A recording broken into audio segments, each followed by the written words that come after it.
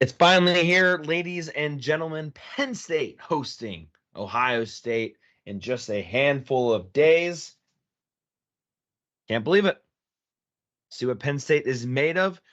You're listening to Hardcore Penn State Football. We are going to wrap up Wisconsin talk, and we're going to jump right into Ohio State preview and predictions.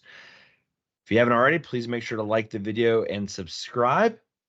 Whether you're listening or watching on YouTube or listening on a podcast platform. We'll be live in just a second.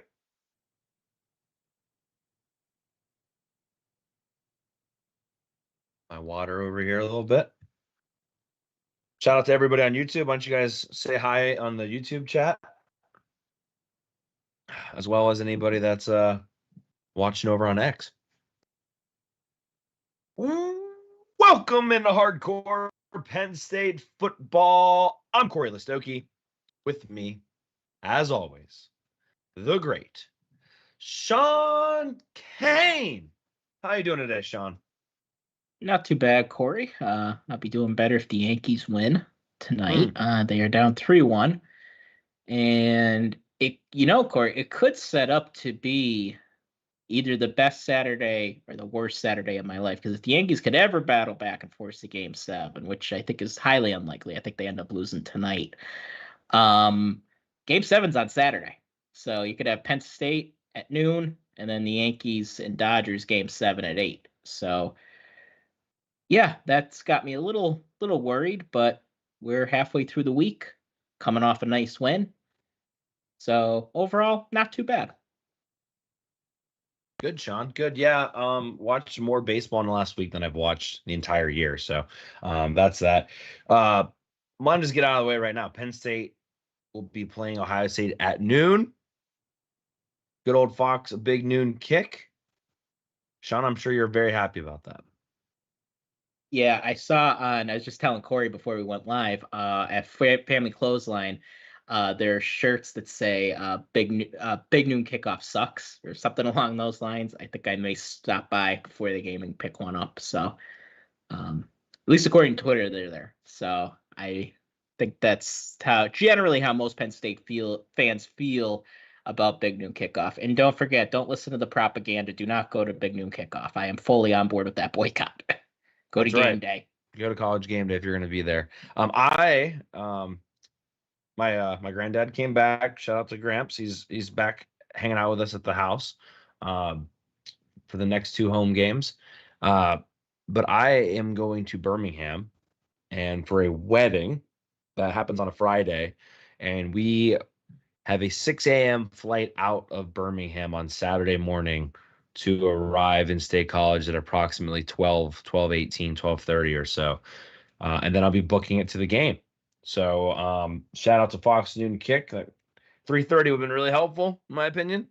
What time do the gates close? To let people in? Probably like halftime, right? I don't know if they ever do that. They never close?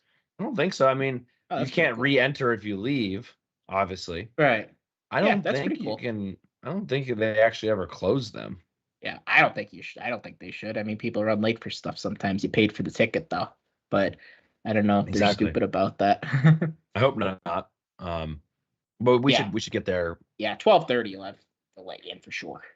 And I think big noon kicks, they usually don't kick off till like 12:15 anyway, because they show the whole pregame. So I think we're gonna get there with a little bit of time left in the first quarter. That's my hope. Yeah. One of the jokes on here is it's big 12:15 kickoff. That's right. The other thing too is Penn State's not very good in the first quarter anyway. No, that's true. Not like we're gonna miss very much there. Yeah, that's true. But before we talk Ohio State, a quick question here from Jay on YouTube. Does anyone have any idea what happened to Quentin Martin? He's hurt. Yeah, no idea. I was surprised as you when I saw he was on the injury list on Saturday. So yeah. So no Quentin Martin, no Cam Wallace. Quickly, the running back room has depleted. Let's recap Wisconsin real quick. So Penn State, big win over Wisconsin. Obviously, the story, Drew Aller getting banged up, didn't go for the entire second half. I don't know about you, Shawn, but there was that moment after Bo Prabula's first drive where he fumbled it and then they had the false start. And I was like having serious PTSD of Iowa 2021, where I was like, I don't know if we're going to score again. And and at that point, Penn State was losing. And thankfully, Jalen Reed with a huge pick six. I still don't I think Luke Fickell honestly has not got enough criticism for this, but having Braden Locke throw out of his own end zone on a 3rd and 12 when you could just ran it and live for another day, that, as much as I hate Kirk Ferentz would have never done that. He would have ran that ball up the gut and said, see if you guys can score. The pick six changed the whole complexion of the game. The offense had a lead and were able to really lean into that run game in the second half, and they went the rest of the way. But, Shawn, there was a second there where I was seriously, even after the pick six, I was like, we got to find a way to score one more time on offense. And they end up scoring 2 more times and kind of put it away. But I was very nervous there for a while that we weren't going to be able to move the football. I was too. I'm happy I didn't vocalize it on Twitter, as a lot of people did, and they're all caught eating crow. But yeah, was I nervous? Yeah. Yeah, really nervous, because we had never seen Bo in an environment like that where he is the guy. I mean, he's played a lot of football this year. I think he's played in every game, but where he's the guy and he's got to not only win us the game, he's got to not only like protect the lead. There was no lead to protect. He had to come from behind and win us something. And he was a big reason why we won. And yeah, biggest play in the game was definitely the pick six. I felt after that happened, we were going to win.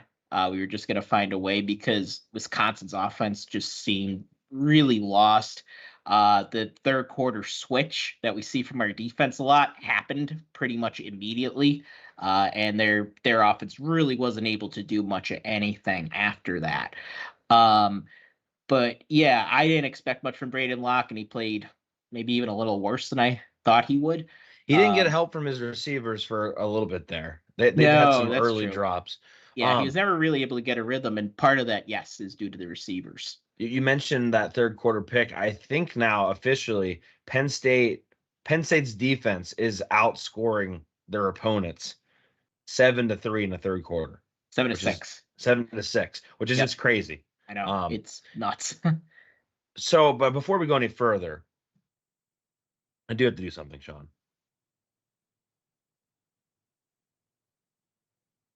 Last week, I made a prediction where I had Wisconsin winning 24-23.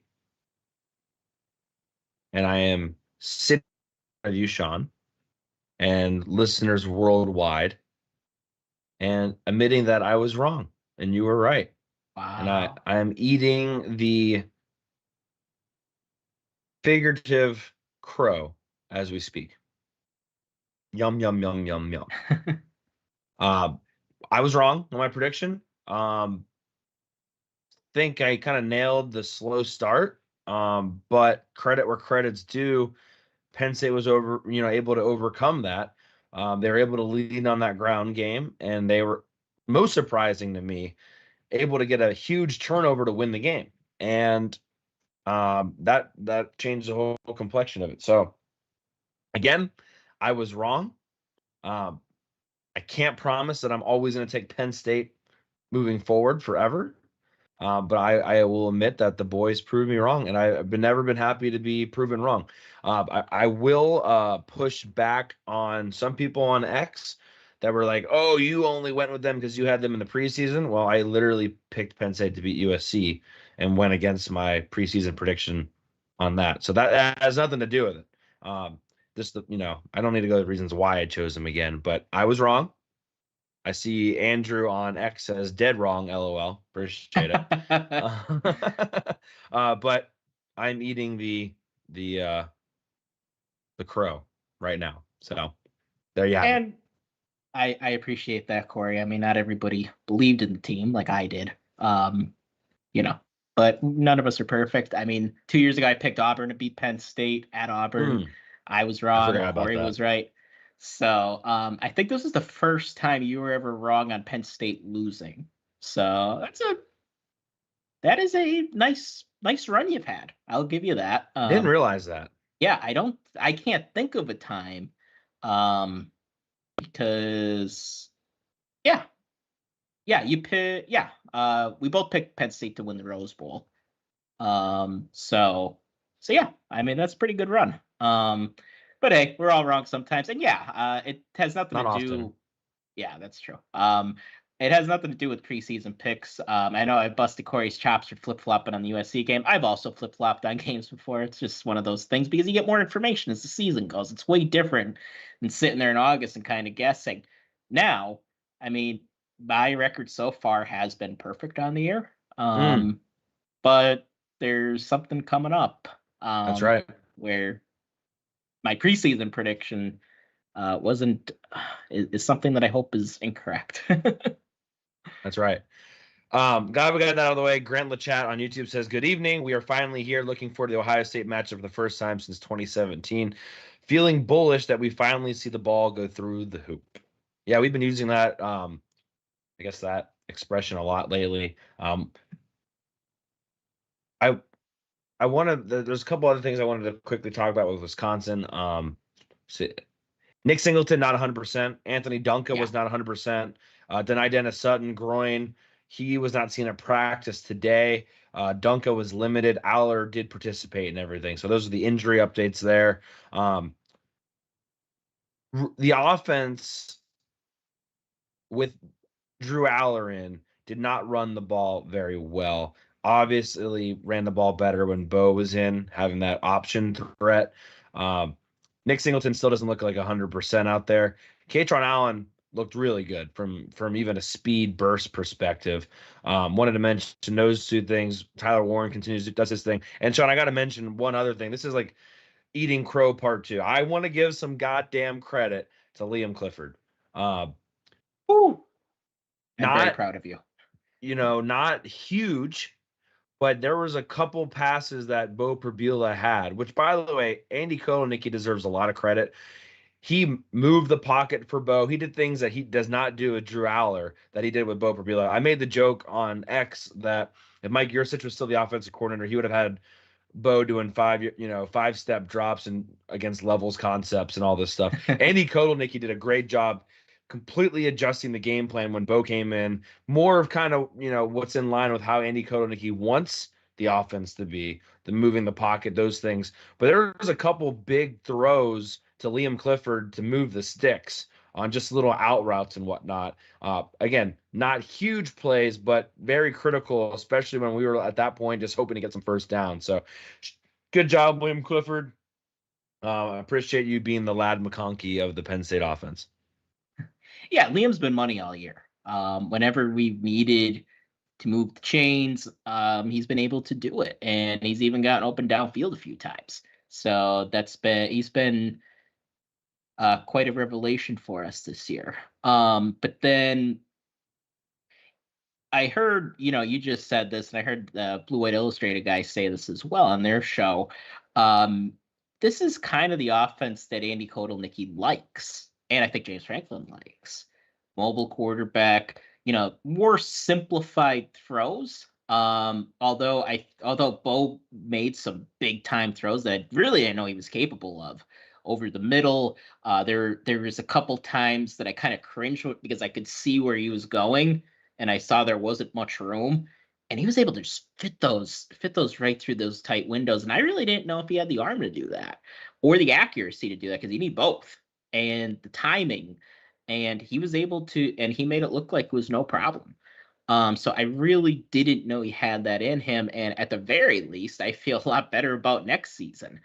If Bo is our quarterback, is our starting quarterback, if provided Drew decides to declare. So I think that the biggest takeaway was Bo's poise. Now, I will tell me if you agree with this. Now, we watched on TV. Neither of us were at the game. I think Wisconsin's atmosphere has really died in the past, I don't know, 4 or 5 years. Like in 2021, it seemed like a hornet's nest going there. And it seemed quiet or something. on Saturday, and they're winning at halftime. They're playing a top 5 team. It would have been a huge win for them. You would think their fans would be all stoked. They had the backup quarterback in, and not saying that it was, like a church, but it really wasn't that loud, in my opinion. Yeah, our buddy G Wiz was at the game. He didn't think it was very loud. The student section wasn't even full when it kicked off. I I also heard from some people that jumping around was not as exciting as people were hoping it to be. I don't know about that. I think it was the way Penn State moved the ball early on offense, I think deflated them a little bit. It did, I think, get louder there going into halftime, the way that half finished. But also, it's hard to be excited when you drop the football, when you don't have to move the ball on offense. I mean, there's only so much you can do defensively. You need some explosive plays to keep the crowd going, and they didn't really have any of those. Yeah. Yeah, that's true. I mean, it's the chicken and the egg thing, right? I mean, I do think that Penn State's a whole different animal. Even last year against Michigan, where we're trailing the whole game, but we're right in it. I felt like the crowd was into it the whole game, and Just painfully yeah, optimistic. almost like kind of like an obligation. Like, we're Penn State, of course we're going to be loud. But I don't know. But yeah, that was the big thing that stuck out to me on the offensive side of the football. And then on defense, again, we talked about their running back and how worried we were that he ran for over 120 yards back-to-back weeks. Walker, I believe he had 50 yards at halftime, and he only ran for a total of 59 yards. So only 2.7 yards a carry. Did an awesome job handling him. Now what we did against Locke kind of went back, kind of helped us with containing Walker, because it became very evident that Locke wasn't going to get the job done. So they had to lean on that run game a little bit more, and it really didn't pan out for them come the second half. Yeah, no, I agree with all that. The defensive line in the second half was very dominant. Shout out to Alonzo Ford Jr. He had a great game. Zane Durant, another great game. I think Amin Vanover played one of his best games as well. So, really impressed with the defensive line. They took over in that second half, and Kobe King had a good game too, which is not surprising. So they put the clamps down in the run game. We mentioned that Wisconsin needed to have over 150 yards to win this game, because that they haven't lost when they've done that. They ended up with 81, so they got half of that, 3 yards per rush. And then also, probably not the strategy to have Braden Locke throw the ball 42 times to try to win the football game. So Yeah. One thing I want to mention, though, the defense, and is this maybe Shawn, you tell me if I'm a little too nitpicky here on this. I'm still frustrated with the defense not always getting off the field fast enough. There's a couple of big third down conversions early. I know there's a fluke punt play, but they still, a couple times Wisconsin got the ball at like the 28-yard line, their own 28-yard line, and like their own 18 or something like that. And they didn't score any points on those drives, but Penn State ended up with the ball at like the 10 and the 8-yard line after those. That can't happen, right? Like, you need to get off the field and give yourself good field position. Their punter did a really good job. Zion Tracy's knee was down on one, so some kind of coincidental things there. But at the same time, Penn State's starting field position is just so terrible this year. And we talked about that a lot. But Penn State's defense, as good as it's been, still a little leaky for me sometimes. And I know, like, look, they're doing a really good job, especially in the second half of football games, like an insanely good job. But I think part of these slow starts on offense is because Penn State literally had 1.5 drives in the first quarter. Like, and I know they messed up in the turnover and stuff, but they were moving the football very well at that point. You can't have any quicker of a start if you don't have the ball more than once in the first quarter. So they got to find ways to get their offenses more possessions, whether that's getting off the field or creating more turnovers. 100% agree with you. Like, think about it. It feels like we never have a 3 and out in the first half. I mean, it's almost like we just give the team at least one first down every drive. And that's just it's not really winning football. Now, the biggest thing is, are we giving up a ton of points? Not really. We didn't on Saturday for sure. But we're still giving up too many yards. And too many first downs. And yes, for whatever reason, we seem to be playing against the best punters in the country every week, which isn't helping. And they're doing a good job of pinning us. And I think there's something to be said about Big Ten punters. We seem to produce a lot of them that end up going on to the NFL. But still, our defense is making it kind of easy on them. And I think they're doing a good job. I think they're probably I think the defense is a better defense than I think even some of the fans give them credit for. I mean, I see it every game, guys. The fire Tom Allen tweets at the before halftime. And I understand the frustration with the defense because sometimes it is like, there they go, giving up a first down again. There's soft coverage. We talked about, seems like the middle of the field is often open. I don't know why, but it just seems like, especially in the first half, we just leave it open, and and it doesn't matter who we play, it's always there. So you're right to be a little irritated with that, because I keep going back to this. Eventually, these slow starts are going to cost us. Mm-hmm. Eventually. Now, they haven't yet. We've been the better team in all their games so far, but eventually they will. Something, Shawn? I mean, hey, let's say, I'm not giving my prediction away or anything. Let's say we beat Ohio State this week. Could happen. Come playoff time, if you're playing against a Bama, a Georgia, a Clemson, yeah, those are the type of things that could really cost you in a game like that. Right. Kent on YouTube says, James Franklin said Deni Dennis has been in the weight room since they got back because we didn't see him at practice. Could they be giving him a rest recovery full go practice? Typically there's some gamesmanship there. Usually if someone's able to go, they try to put them out there just so teams have to prepare for them. Who knows exactly what's going on with Deni Dennis Sutton? My 2 cents on this is, he will, if he does play, it's going to be very limited. It's going to be in very short spurts, maybe big moments where they think they can get a play or two out of them. You got to feel pretty good about your defensive end situation.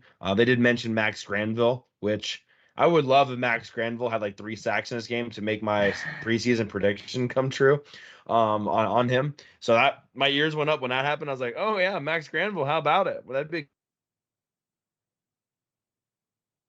bunch of Deni Dennis Sutton, unfortunately. I just don't see it.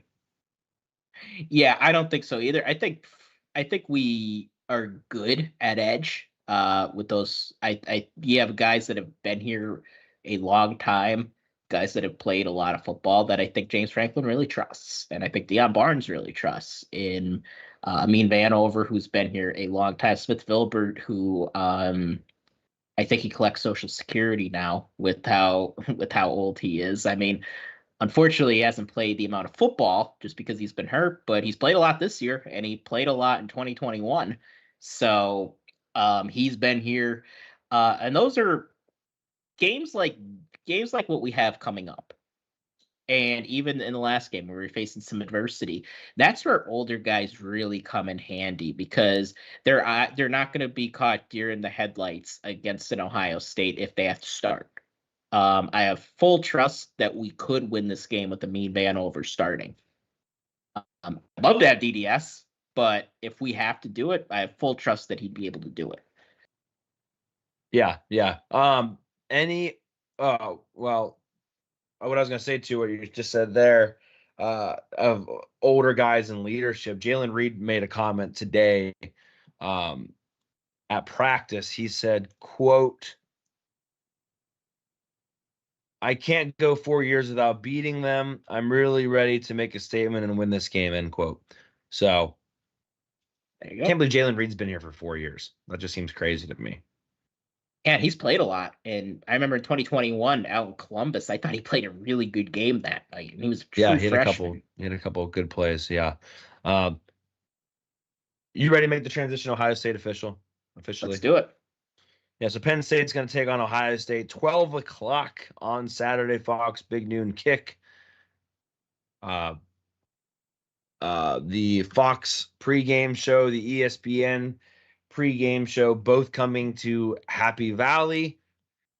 Both will be at BJC. I think one's at Gate C and one's at like Gate B or something like that. So a lot of that going on. I'm just going to just give a forewarning to everybody. Unfortunately, if you're trying to get into the game on time, I don't see how you're going to possibly stay to the end of those shows. And I know they move inside 30 minutes before and all that. I still don't know if that's going to be enough time because everyone's going to want to try to do that. So just keep that in mind. But I if I was you trying to get there and you don't want to miss it, maybe this is the only game you're going to this year and you haven't seen the Penn State pregame, I really think you should be trying to get in the stadium at 11, like honestly. Yeah, I think so too. I mean, they have made some improvements with the corridors already. That was part of the construction plan, but still, it's going to get crowded because they're going to have to move. Game day's going to have to move in there. Big Noon's going to have to move in there. I think they have their desks already set up and everything, I would assume. But still, I'm sure that's going to be a bit of a production getting everybody in and out. And we all know how busy the student section could be for a big game and around Gate A. So it could really clog things up in the south end zone. So I would also second that. Get there early and yeah, that's what isn't that like a big thing? Like get there early and be loud, be proud, show respect. Happy Valley hospitality. Happy Valley hospitality, yes. First thing I want to mention Ohio State, an injury update for everybody. So a couple weeks ago, they lost their left tackle, Josh Simmons. That he's the one that transferred from San Diego State a couple years ago. I actually didn't think Josh Simmons had a very good year last year. I think he had a really bad game against Penn State, but he was doing better this year. He's out for the season with a knee injury. They brought in Zen Mikowski at left tackle. He was not looking very good in that game against Nebraska, and he was carted off during that game. And it doesn't appear that he's going to probably play this week. What they're going to have to do is bump their left guard, Donovan Jackson, who hasn't played tackle since high school, to the left tackle spot. So a lot of moving of pieces along that offensive line right now. It hasn't been great. They really didn't run the ball very well against Nebraska, and the offense struggled quite a bit. Safety Lathan Ransom, according to Adam Rittenberg, as of yesterday, is trending towards potentially playing. Take that for what you will. He was tied with a team lead with 2 forced fumbles, and he has 26 tackles on the year. He did not play against Nebraska. So there's some updates there for you on that. This point of the season, everyone's going to have some bumps and bruises, right? And so how you can deal with it, obviously, left tackle is a huge, crazy, important position. Any thoughts on those injuries, Shawn? Yeah, I mean, we talked quite a bit just in the first 30 minutes about how important about how many injuries Penn State has, but everybody's dealing with this. When you're down to your third string left tackle, even when you're Ohio State, that is hard to replace, and they have to do some, like you said, they had to do some shuffling around, having to move a guard. So, yeah, they're a lot like us. You mentioned Ransom. They like to play that 3 safety look. And he is one of those safeties. So this is this is kind of life in the Big Ten. It is. Let's talk about the Ohio State offense, since we're talking about their offensive line already. Let's start there. Very similar, I think, offenses that we're going to see on Saturday as far as wanting to run the ball. Assuming Bo plays a lot, mobile quarterback, trying to use the quarterback in the run game as well. Will Howard ran the ball a lot at Kansas State. So they're going to have similar things there. Probably the biggest difference between Ohio State's offense and Penn State's offense is the receiving room, right? I mean, Jeremiah Smith, 35 catches, 8 touchdowns. He's averaging 17.8 yards per catch right now. And oh, by the way, he's a true freshman. He's scored a touchdown in every game so far this season. They still have Emeka Egbuka, who did not play against Penn State last year, I believe. I don't think he played last year. And Carnell Tate, who I believe has been around for a while, is also doing really well too. So they got, 3 guys per usual. Stop me if you've heard it before, that are difference makers and are explosive, and they can rely on those a little bit more than Penn State can with their receivers. Their tight end, not really a factor, 9 catches, 85 yards, and a touchdown. But that to me is like the difference. Otherwise, it's very similar. You got Junkins, you got Henderson. You honestly could argue in this game, you have 4 of the top 10 running backs in the country in this game, which is just insane. I think Henderson has fallen off people's radar. He played really well as a true freshman. I don't exactly know, but I feel like he doesn't get nearly as much credit as he probably deserves. And then Judkins, Penn State fans know him very well. The transfer from Ole Miss, really, really good day against us. Was really disappointed when we found out he was coming to Ohio State. Plenty of riches there. People make the joke that there's a $20 million dollar team right now. But they're going to try to run the football, and then they're going to try to take their calculated shots based off of that 17.8 yards per catch for Jeremiah Smith. So that's kind of how the offense is. They're led by good old Chip Kelly. And I'm just curious, Shawn, in your opinion, like, is Tom Allen going to go into the same kind of mindset of limiting the big plays and maybe bending but not breaking, and just seeing if they can just prevent Jeremiah Smith from going off, and seeing if Will Howard can lead them all the way down the field? I think so. I mean, it's kind of been his MO all year, right? So that's kind of what. For better or worse. Yeah, I mean, it's going to be different than we saw with Manny. Now, Manny also gave up over 40 points a couple of years ago at Ohio State, so there was good and bad. People tend not to remember that. But then last year, Manny pitched a gem. It wasn't the reason we lost. I thought the defense played out of their mind in Columbus. And then obviously they got Will Howard, Pennsylvania guy. He kind of made an illusion. He alluded to not getting offered from Penn State out of high school. Ohio State also didn't offer him out of high school when he went to Kansas State. But I think he's okay. I think he's definitely more mobile than Kyle McCord. But I don't know if he's as good a passer as Kyle McCord, and Kyle McCord isn't exactly Patrick Mahomes. So, as you saw during the Syracuse Pitt game. And then, they have that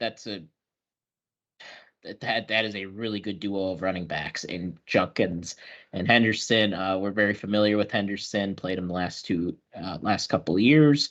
Although I don't think Henderson played last year either.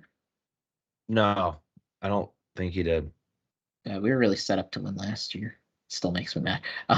But anyway, we're on to this year. And then Judkins, we saw what he could do, and we saw what he could do in the Peach Bowl. Played a really, really good game.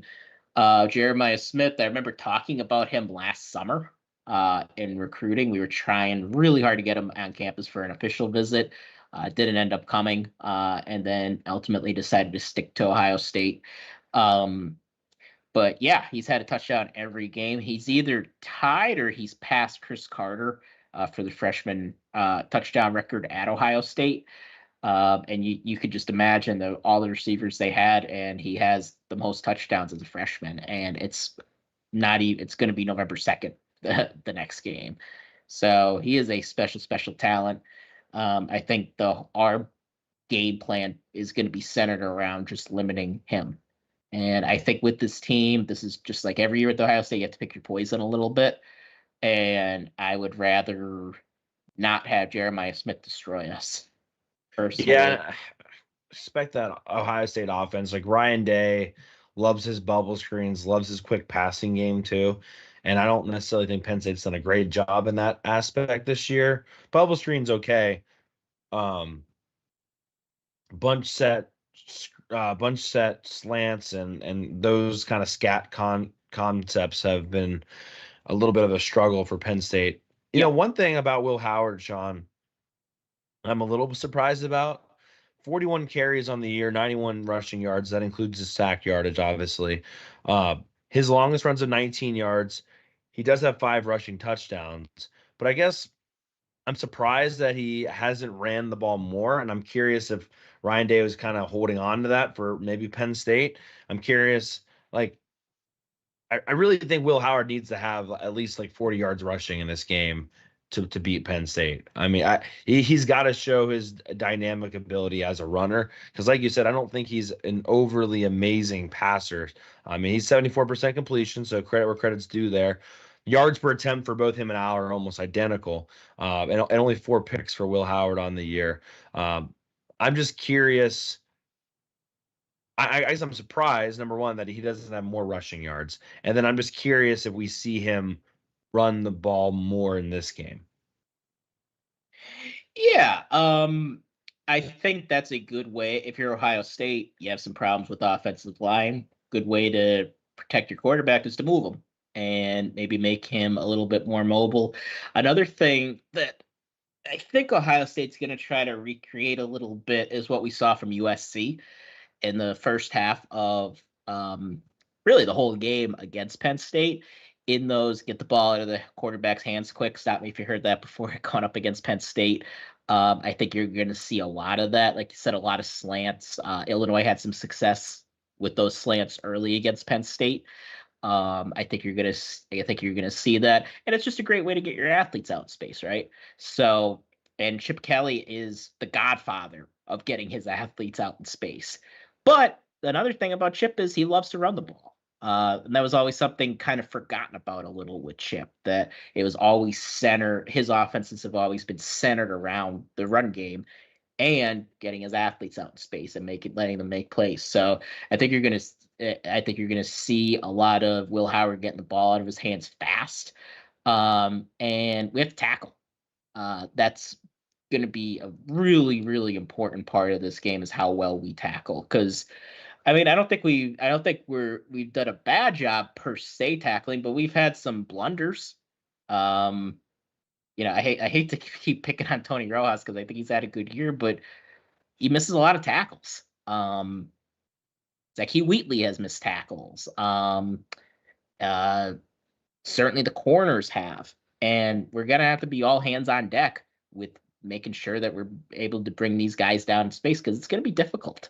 It's hard to get a hand on a guy like a Carnell Tate, like a Jeremiah Smith. It's hard to even get a glove on them, and if you don't, a lot of times they're gonna be gone. So if we tackle well, we probably win the game. Yeah, I mean, tackling in space is huge. I remember just going back to the Ohio State game a couple years ago where Henderson broke one, but I want to say it was Jackson Smith and Jigba also broke one off of just a simple play, breaking a tackle, and then he's off and running. Welcome into the Mighty Jew, longtime listener here. Lumberjake, good old my buddy there, says Corey thinks we'd win if we had Hackenberg at quarterback. Appreciate that. Mudbug says need Rojas to have a good game. Ken says with Ohio State offense line injuries, could we see a dialed up blitz game? You know, Ken, I don't know about that because to me it's like we shouldn't have to blitz as much if their offensive line. I mean, maybe you do more stunting, maybe not actually blitzing, but more stunting. But you would hope you'd be able to beat their backups with your defensive line. Penn State's defensive line is good too. And I think in this game, it's always, sometimes we fall in that trap of like Ohio State's just better across the board than Penn State. I really don't think that's the case this year. I really think both of these defenses are the strength of these teams, especially with questions revolving Drew Aller. Just wanted to mention real quick some stats here. Ohio State's offense, perfect in the red zone, 27 attempts, 27 scores. But of those 27 scores, 92.6% of those are touchdowns. They have 25 touchdowns out of their 27 attempts. So when they're getting in the red zone, they're scoring touchdowns. That to me is a huge kind of part of this game. If you're going to play that bend but don't break style that Tom Allen likes to do, you're going to have to find a way to hold them to 3 points and or get some turnovers. Otherwise, the worst thing you can do is bend, and then break, because then you don't even have your offense on the field, and it could be more difficult for you, and your defense wears out. So, I love my red zone touchdown percentages as far as finishing drives off. In Ohio State, one of the best in the country at it. Also, just wanted to mention Penn State and Ohio State are dead even in turnover differential. Both of them are at +2, almost identical in that regard. Yeah. So that's something that I noticed too. I mean, neither one of us are creating as many turnovers as you've seen from either of our defenses in the past few years. I do think Jim Knowles, the defense coordinator at Ohio State, it's sort of a similar defense to what Penn State wants to play. They use a lot of 3 safety, so it's they have similar philosophies, where neither one of these are, they're not gonna, they will blitz sometimes, but they feel comfortable getting to the quarterback with 4, as do we, and they have the guys to do it just like we do. So there's I think the defenses are very similar in that way. And if they don't have Ransom, that's a big deal. He had a really good game against us last year. He's kind of their do-it-all guy, and he's very much kind of like Jalen Reed in the sense of he's kind of the guy you move around and let him kind of play wherever he wants. I don't know if they call it a star over there. I forget what they call. Yeah, they all have their own name. Yeah. Jake asks, any chance that the World Series doesn't go to a Game 7? Does our game get flexed? I meant to ask you that when we were talking about the Yankees to start off the show. No, to answer I think your it's question, a little late, but I wish. That'd be awesome. If the Yankees lost last night, maybe, but I think you need it to be over at this point. Yeah, I don't think there's any chance of that. Like I said, I wish. I mean, it would be good for me as a Yankee fan too. I would just probably watch Game 7 at Champs. I don't know. You'd be able to watch it depending on Penn State won or not. It might be a complete nut house there. I've been to Champs after games before. It's not as busy as you think. Really? Now I go to the Atherton one, of course, like big ballers do. But yeah, I've been there after a regular, like a season game, and after a blue-white game, and I thought it was going to be the same thing, and really wasn't that busy.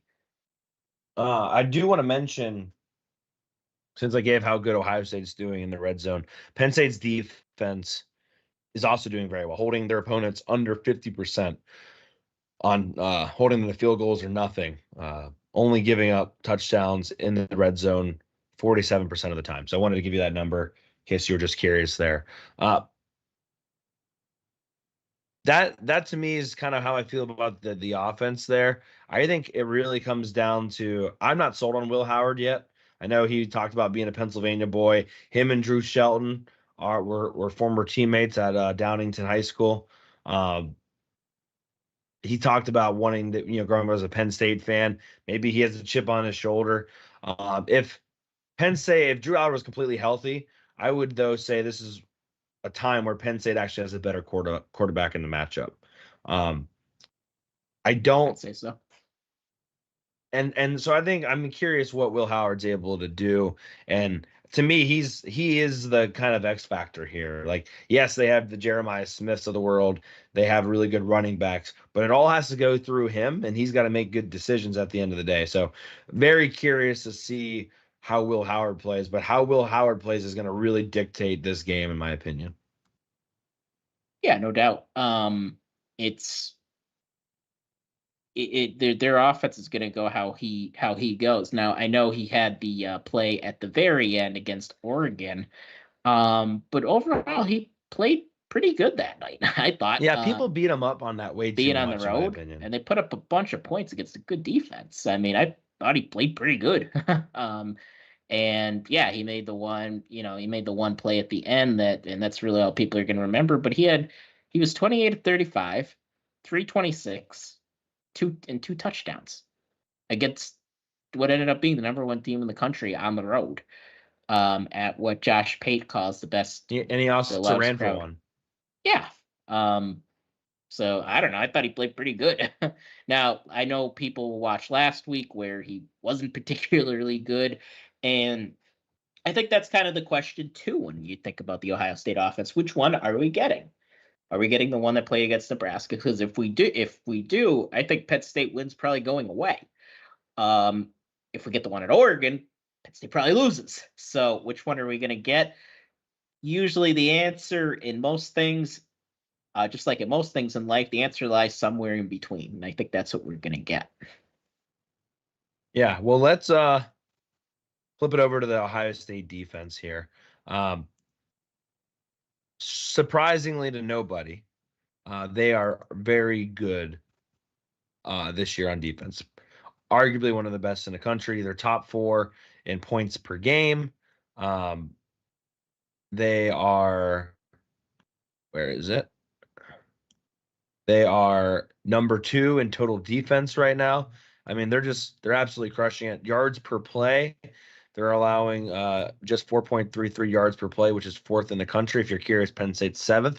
So, but this defense is, I mean, full of talent. I feel like we have to start, Shawn, with a player that has really caused problems for Penn State the last 2 years, and that's JTT. I mean, we all remember what happened 2 years ago and what he did. He still had some really good plays against Olu last year.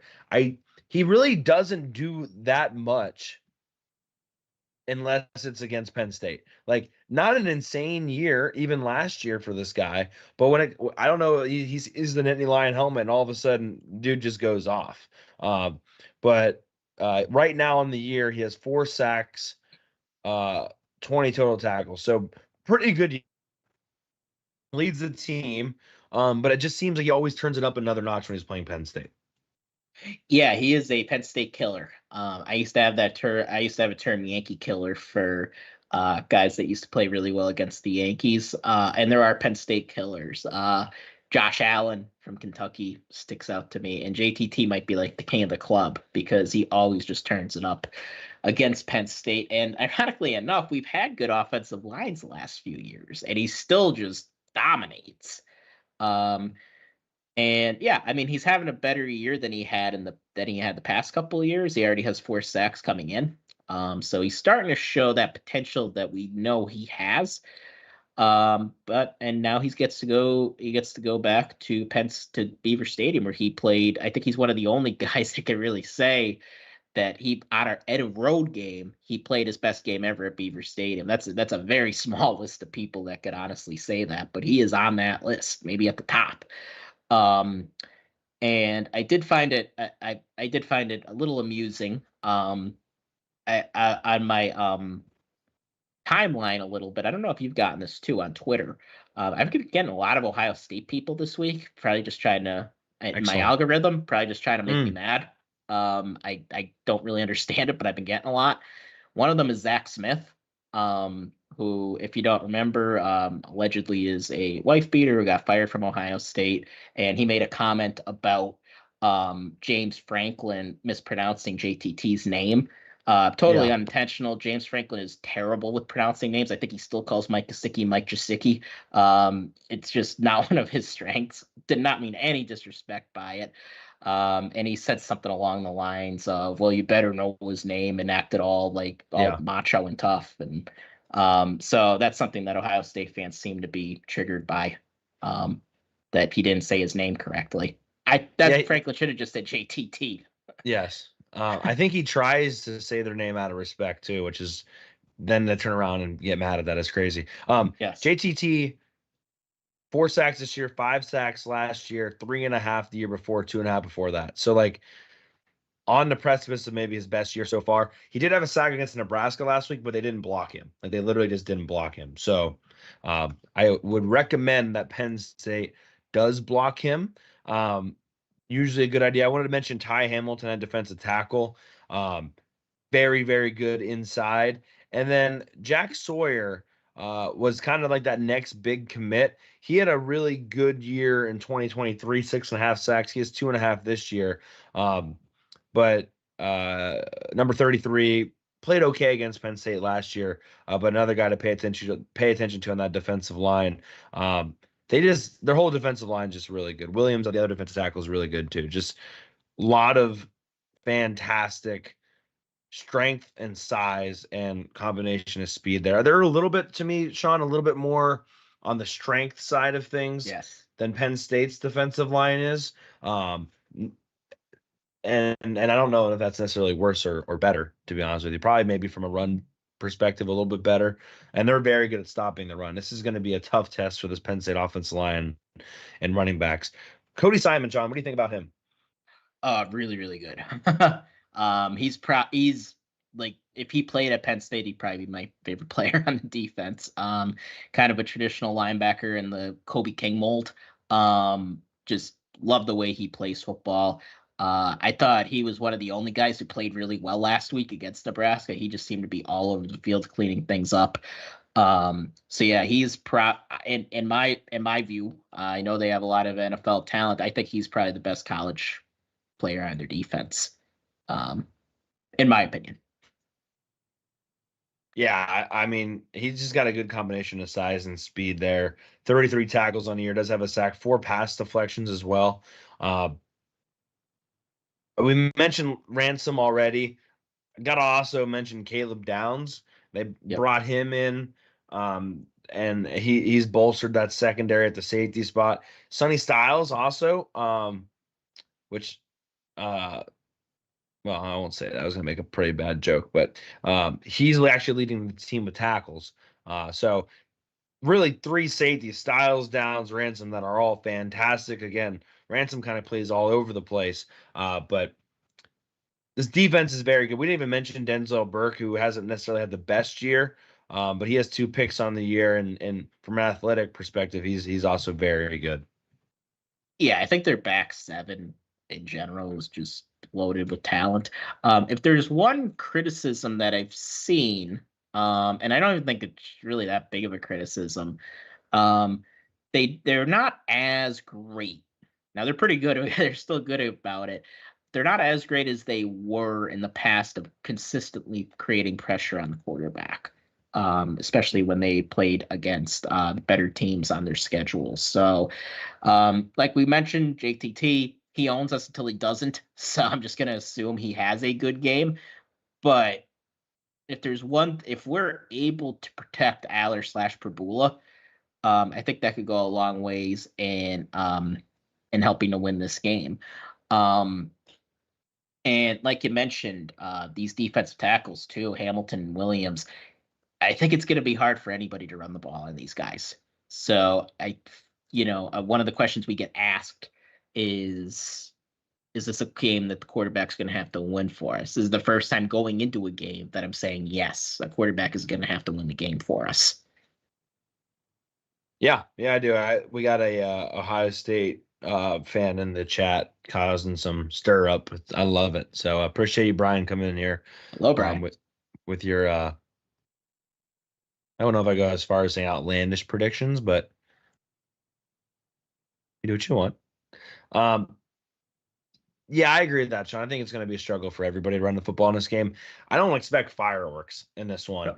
My biggest concern, though, Shawn, is like all it takes is 1 or 2 plays from a sack, forced fumble perspective that could really cause a problem. And I feel like Ohio State has been able to do that more than Penn State. And that's literally been the difference in the last 8 appearances is whoever makes enough explosive plays. It is complete just gridlock, except for a handful of plays. And Ohio State usually finds a way to make a couple more. Typically, it's because of the receivers, but not always. I mean, we saw what JTT did. So that to me is my biggest concern is like Penn State's doing a really good job there. And then JTT just has a moment against potentially Nolan Rucci on the right tackle spot or, whatever the case is. Or if Bo plays a lot, I am concerned that he's going to turn. If Bo Prabila starts this game, I think you have to just assume that he's going to fumble at some point. Like how aggressive he is, all of the meshing. I just feel like there's going to be a fumble. I don't know if they, who Ohio State recovers it, but I would almost assume that Bo Prabila fumbles at least one time. Last thing I wanted to say, Ohio State's defense also very, very good at preventing touchdowns in the red zone. First of all, I wanted to say they've allowed the second fewest attempts as far as teams getting into the red zone. They've only let 14 attempts into the red zone this year. Of those 14 attempts, they have only allowed a touchdown 6 of the 14 attempts, 42%. So getting into the red zone doesn't even necessarily mean points. They've only allowed points 10 out of the 14 times, and then 6 of those were touchdowns. So they're doing a really good job. And one of the things I was correct about my prediction, at least in the first half, was Penn State did struggle in the maroon zone and they did struggle in the red zone again. And that can't happen against Ohio State. They are moving the ball so well in between the 30s. And for whatever, and it's like random weird things. Like they got hosed on the spotting of the football, but then it's a random drop by Julian Fleming. And then it's the fumble on the QB. So like it's not like the same thing, but it's like something keeps happening. I don't know if it's a lack of focus after some big plays, but they cannot allow they get down there. They've got to come away with some touchdowns. And again, that's not just red zone, but the maroon zone, just call it from within the 35-yard line. And I don't really know why, because it's not like this team is based off of taking shots downfield and they need to stretch you vertically in order to have success. Again, we talked about this last week. They have a good running game. They have a good tight end. They should not be struggling in that sense. And I think that's one of my keys again this week is, can they score when they have the opportunity to score? Because based off the stats, Ohio State is going to. Yeah. Like you said, this game series has come down to a few plays here, a few plays there. And since, while we've been losing to them, they've come up with just more than us. And then you made the point too about the maroon zone. And, one of the ways that you counteract struggles in the maroon zone is to be more explosive. It is hard to have long, methodical drives against really good defenses. It is one of the hardest things in football to do. Because think about it this way too. Even if you're moving along, there could be a penalty. And then generally speaking, if you're 2nd and 20 against Ohio State, you're not picking up a first down, generally speaking. So just things like that happen. So I would like to see us be more explosive. There's been a noticeable dip in explosivity from Penn State since Nick Singleton has been hobbled. Now, has it happened? A play here, a play there? Sure. But it's just a lot less consistent, especially in the run game. So I think that's a good way to counteract it. And then the other way to counteract it is just execute better. You have the best tight end in college football. Find him in the end zone. You have Harrison Wallace, who's your best receiver. He's tall. You have Khalil Dinkins, who had a red zone touchdown last week. He seems to be always open in the end zone. It was nice to see him be more involved. I think I love Tyler Warren, but from a speed perspective, I think Khalil Dinkins could have an opportunity in this game to do some more things. Yeah, he's one of the more underrated players on Penn State's team in my mind. I've said for 2 years now, I think he'd be starting on probably 90% of the conference. I mean, so like you talk about Ohio State's tight ends. I think we can make a good case Khalil Dinkins is better than any of their tight ends. So I mean, that just shows you how valuable he is. And so yeah, you have the weapons in the red zone to use. And now you have Bo. Like, I think you might see Bo a lot more in the red zone because there is a noticeable difference in us running the ball, at least against Wisconsin when Bo was in versus Drew Being. And I have a feeling no matter what, and let me know if you agree with this, you're going to see more Bo than we normally do this week. Even if Drew plays. I think Drew plays. Just going to put it out there. I don't know anything, but I think he plays. But I think you're going to see more Bo than we had. Yeah, I think for sure you're going to see more Bo. I think the game plan on Saturday is that first drive is going to look very similar to the first drive against USC, my opinion. They're going to come out and they're going to throw the whole kitchen sink at Ohio State. You're going to see Warren taking snaps. You're going to see Bo taking snaps. You're going to see Allard taking snaps. The worst thing they can do, in my opinion, is to just trot Allard out there and try to run the normal offense without any sort of tricks up your sleeve, because the offense is not as good running the football when Allard is quarterback. That's just obvious, right? It's just one dimensional. And at the same time, you need Allard to throw the ball down the field, which we all say, they need to do some of that as well. And you can't do that with Bo in the game. So they're going to have to try to figure that out. However, when they go to that Bo package, Allard usually stays in. So having them on the field at the same time is going to prevent Ohio State from potentially substituting to a different formation to get different players or different packages on the field. So you should be able to do some good things there. I just think you got to throw everything at them. If you come out really stale and it doesn't work on the first drive and then you start doing things, I think that's almost predictable. Just from the get-go, and I think Andy Kotelnicki is going to do this because he did it against USC when he didn't even have to do it. He's going to come out and he's going to be very dynamic, and he's going to have – he probably already had the first drive scripted for this game like 3 weeks ago. Like, he's probably been thinking about this one a lot. I doubt they come out and are very stale with it, but 100% you're going to see more Bo Perbula because it does provide more of a spark in the running game. And again, like you said, a lot of the explosiveness has come from Singleton, and I don't know if he's going to be 100%. So you got to find explosiveness elsewhere. Bo provides that in the running game. You want to wear him out a little bit. You want to hold on to the ball a little bit. Those things all help. So, yes, you're going to see Bo more intermixed in this. You're going to see Tyler Warren intermixed in this more. But you still got to find a way to let Allard sling it, assuming he's healthy enough to do so. Yeah, we're gonna need everyone, right? And one of the criticisms of James Franklin in these games has been they tend to get a little tight sometimes, and I don't think getting tight is in Andy Kotelnicki's vocabulary. I don't think he's gonna try things, which I love. That he is aggressive and that he's not going to just run the same 4 plays like we've seen in the past, especially in this game.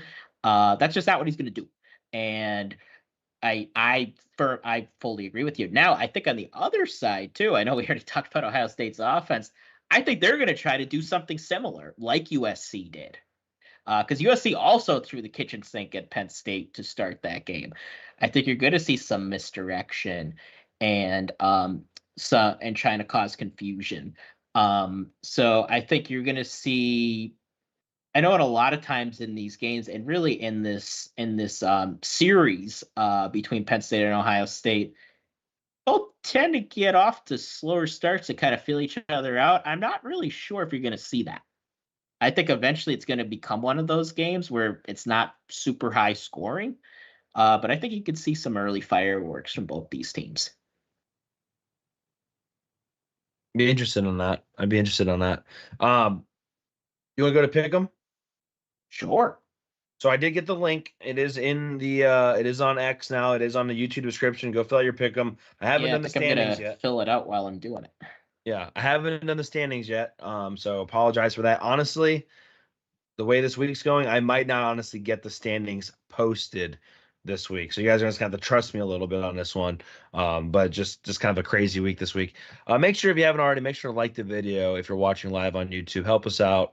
Doesn't cost you anything. Make sure you've liked the video and you've subscribed to the channel.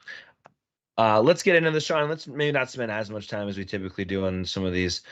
Minnesota versus Illinois. I'll start. I am going to take the Gophers. I don't want to say Illinois kind of had their hopes beat out of them last week, but I was very disappointed in that Illinois-Oregon game. I thought Illinois would have done a lot better than that. And Minnesota is looking pretty good right now. So I guess I'm rowing the boat. I'm going to row the boat too. Yeah, I'm riding the hot hand here. Taking Minnesota close. Okay. Mudbug said that he had a strong pick 'em this week. I didn't pick Penn State to win, so that didn't help me, I'm sure. In case you forgot about that. This is the battle of the worst teams in the Big Ten, Northwestern versus Purdue. Shawn, I'll let you go first. How about that? Yeah, to steal from Bill Simmons, this is the poop fecta game. I'm gonna take Northwestern just because I think Purdue is so bad. So going Wildcats here. Yeah, I'm going to go Northwestern too, just because I'm rooting for Dave Braun to get a win over there. So going for Northwestern there, even though they're on the road. Oregon at Michigan. This is like 14.5 points on the road, which makes me a little bit nervous if I'm Oregon to be favored by that much in the big house. I was in Ann Arbor this week, and they have completely given up on the season. They're just like, well, at least we won last year. They're like, we just don't have a quarterback, and everyone kind of disagrees with it, which is kind of funny up there. I'm gonna take Oregon. I don't know if they cover, but I think they win. I have a feeling that's how our fans would be too if we just won a natty. I think we'd be like, yeah, it's okay. I'm going to be extremely obnoxious for an entire year if Penn State wins a national championship. Yeah, I think we'll just live off that national championship at least for a couple of years. Eventually I want another, but yeah, I could kind of understand that. I am taking Oregon. I know Michigan beat Michigan State last week. That was a game that I was wrong about. I thought Sparty would beat them. Yeah. But I am going to take Oregon in this one. Michigan still, as the kids say, Michigan still sucks. All right, the Hoosiers still undefeated at Michigan State. I don't know if this is the game that Indiana slips up. I'm gonna go with the Hoosiers. I don't feel great about it. I don't know why. Yeah. I just feel like this one could be a problem for them. But for now, I'm gonna stick with Indiana. I know what you mean. On the road, playing against a team that's probably a little mad with how the game went last week, that I think's that they're not bad. And if you believe Indiana is a pretender, I tend not to. I don't think they're contending for the national championship. I think there's a world that exists where maybe they stumble into Indy, for sure. If you believe they're a pretender, though, Michigan State probably wins this game. But I'm going to take Indiana because they're a fun story, and I think they are pretty good. Yeah, I think they're good, too. UCLA versus Nebraska. I'm going to take Nebraska, Shawn. But I think this one is very close. I think the spread, we had this one on there. So Nebraska is a 6.5 point favorite. I don't know how much I love that, but I think Nebraska should win at home. UCLA has battled with everybody, so a lot of credit to that team. And they haven't necessarily got all the wins, but they have battled with a lot of teams this year. Yeah, they're playing hard, which I think is promising for their future because, they're just. It was a really, really tough situation that Foster inherited there. I'm gonna take Nebraska. It's in Lincoln. If it was at the Rose Bowl, I'd probably take UCLA. But I am going to take Nebraska here, going with the home team. Yep. Wisconsin at Iowa. A little bit of a rivalry here. Iowa's the home team. I don't know how I feel about Braden Locke. A little bit turnover prone against the Kirk Ferentz defense. I'm going to Iowa. It's like every week I take Iowa, they lose. Tough one, but I'm going to go with the home. Again, I'm going to default from the home team here and take Iowa. I think that's a good choice. USC versus Washington, a little Pac-12 matchup. This is at Washington. Washington's better at home. It's a good environment. I want to say the spread was like 1 or 2. It was very low in this one. Where are you going to this one, Shawn? Yeah, I'm going to take Washington. USC has also burnt me a lot this year. And it is, like you said, at Washington. I think they're kind of similar teams. USC has more talent, but I am going to take the Huskies here. Wow. And then I will let you make your selection on who you think is going to win this football game without telling me. Make sure you get your double down in. Yeah, I have to pick my double down now. I think I'm going to take Minnesota to cover the 3.5. That's what I'll do too. You know what? I think I had that wrong on the sheet, actually, now that I'm looking at it. Let me double check this. I think for anyone that's doing it right now along with us, I'm pretty sure that I think I have it on there -3.5 for Illinois, but Minnesota is the favorite there. Okay. So let me make sure that is in there. I'll make sure that's updated. But yeah, I think I'm gonna take Minnesota to cover the 3.5. Yep. That's what I'm gonna do too. Do we have the same picks this week? No, you went with Washington. Oh, that's right. So some there. And that little thing has been updated for that one. So apologize for that. I'll keep an eye on that, make sure nothing happens there with people's picks, but that's been updated.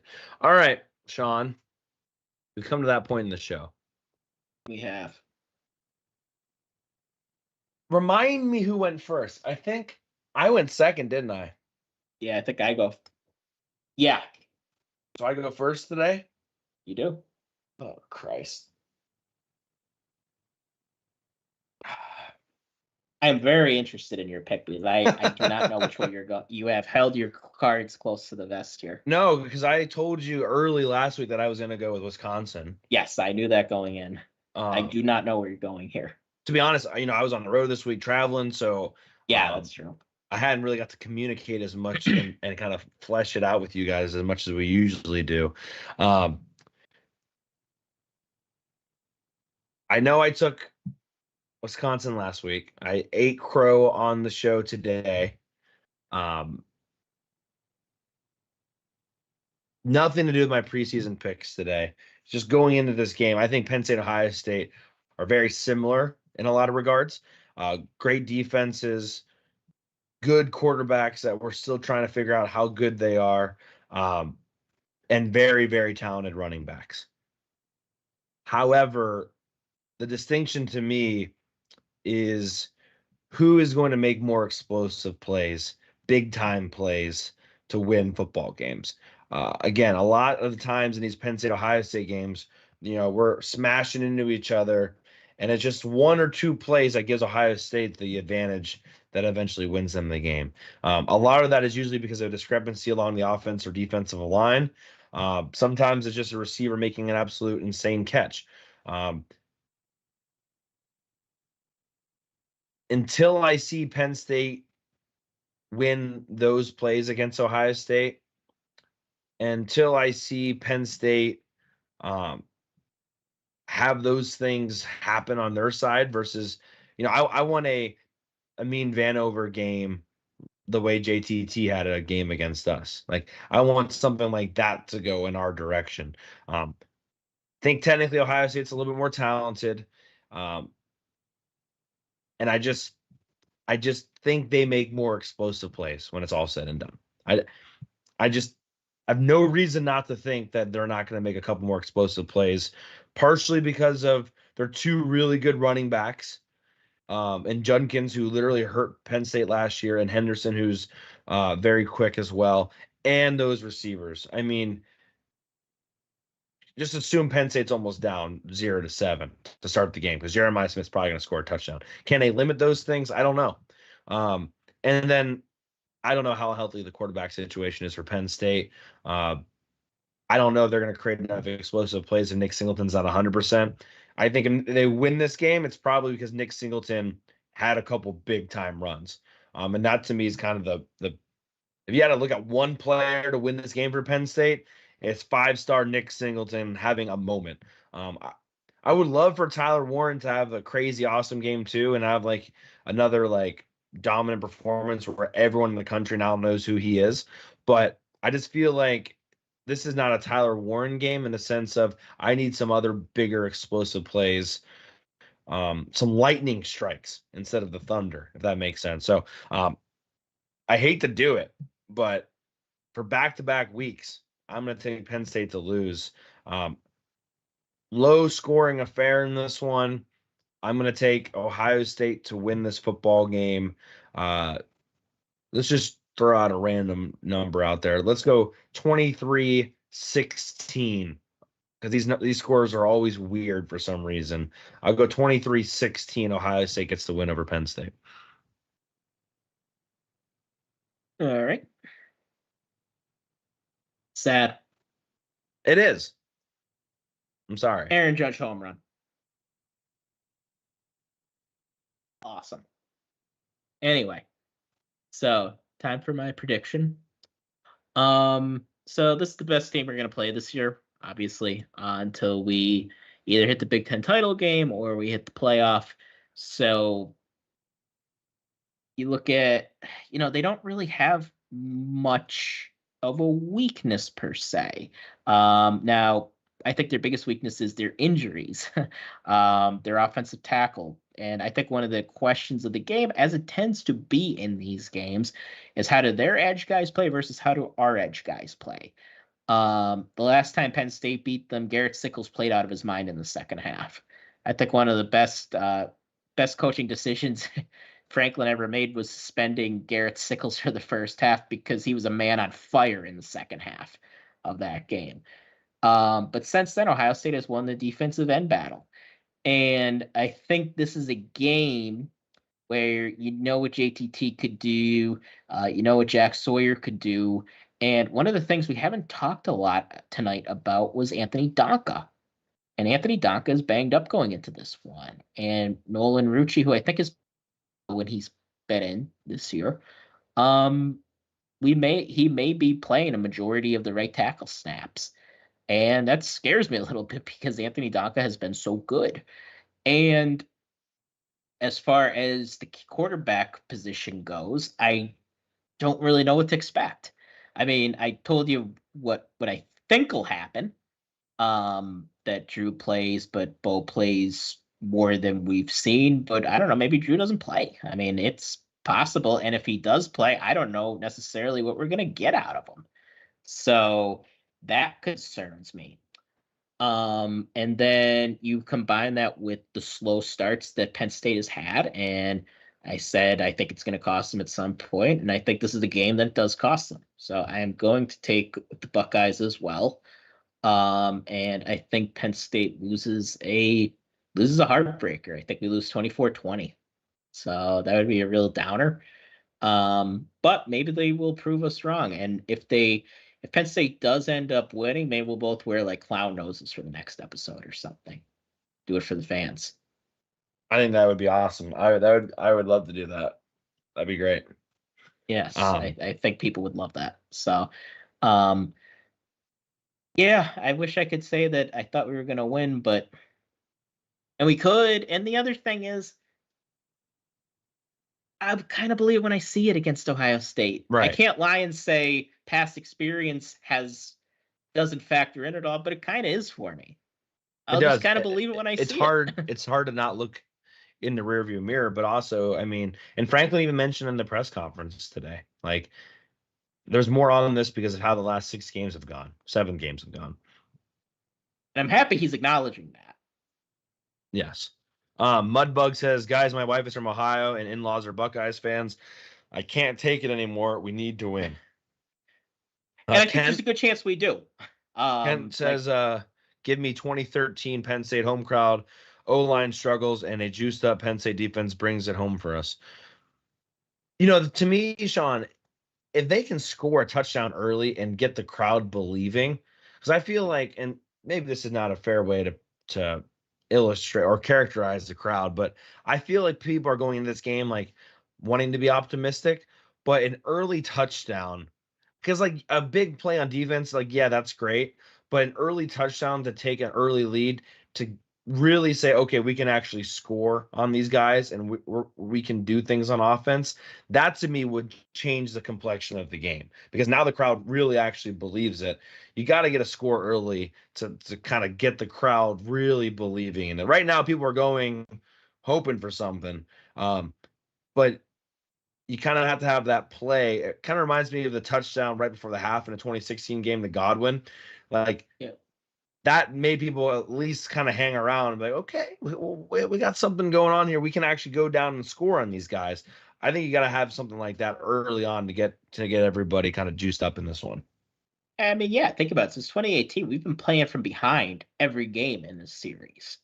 We've always found ourselves in a hole, and Ohio State's so good, they're very hard to dig out of a hole against. And I think I agree with you. I would like to go up early. And then I think if that happens, there's a better chance than not that we're able to sit on the lead with how good our defense is. And I talked about the slow start as being a big reason why I think we're going to lose. Well, maybe this is the week we don't have a slow start on defense. And certainly they could be helped by the crowd. The crowd makes a difference. And I mean, I was going back and thinking, I kind of consider this a quasi whiteout, the helmet stripe game. That's right. I went back and was thinking through it. I think outside of the Illinois game, the only whiteout or whiteout environment that we've ever given up an opening touchdown in was Illinois. Like, it's just not something that happens a whole lot. So in a game like this, a big question is, and I'm curious to see what you think about this, when do you take the ball? Like, if you win the toss, do you take it to start or do you take it in the second half? I would take it in the second half, and just trust my defense will stop them to start.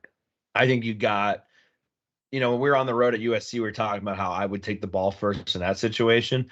I think you got to still put the defense out there first. I think you have to. Yeah. I also knowing that you're better in the second half, typically getting the ball first in the second half. Get another possession. Yeah. You get another possession. Then that might be what you need, because I'm assuming Penn State's going to be down at the half. I feel like that's almost not a guarantee, but that's a pretty safe assumption. Brandon did ask, what makes the crowd go crazy more early on, a touchdown or a big hit sack that caused a fumble? I mean, don't get me wrong, I'll take either. But I guess what I'm trying to get at is a big sack and a fumble, fantastic. But I need them to put the ball in the goddamn end zone over anything else. You got to do that. Maybe a strip sack, that's fine too. But seeing the offense go down the field and scoring, especially on an explosive play or something like that, I think really shows, okay, explosive play, check. Like, I expect the defense to make some plays. I don't know what to expect from the offense yet, and that's why I'm like, something like that would really get the juices flowing. Yeah, no doubt. Either or. I see, like, last year against Michigan, like, the crowd got really loud when JJ got sacked. I mean, they were really into it. And it's just the offense really couldn't do anything. But do I think they set the tone for the rest of the game? Yeah. Because defense, I know he ended up giving up some points. Dude, it's one of the things Michigan fans like to point out is, we didn't even have to throw the ball at all, and we still ran all over you. Well, you didn't run all over us. It's just you just ran the ball 30 times and a half. But, if you set the tone, you could do it on either side of the ball. That's the beautiful thing about football, right? Absolutely. I think we're good on this. Yeah, I think so too. That was quicker than I thought it would be, honestly. Thank you, everyone, for hanging out on YouTube and on X. Appreciate you guys again. If you haven't already, make sure to like the video if you're watching on YouTube. Even if you're watching on X, go on over to YouTube and like that video for us. It helps us out. Make sure you're subscribed, whether you're watching live on YouTube or you're listening on podcast platforms. Shawn and I need to discuss what we want to do. We might just have to move the show back an hour on Monday or something like that. But anyway, we'll be back next week. Shawn, you enjoy getting to the game, having a good time. I will hopefully get to the game and not miss too much. Appreciate you guys being here live. It's been a blast, and we will see if Penn State's able to squeak out, or maybe they just go ahead and dominate the game and win by 30. That's cool. Against Ohio State. Yeah, that'd be nice. Cool. Well, for Shawn Kane, I'm Cory Lestochi. You've been listening to Hardcore Penn State Football.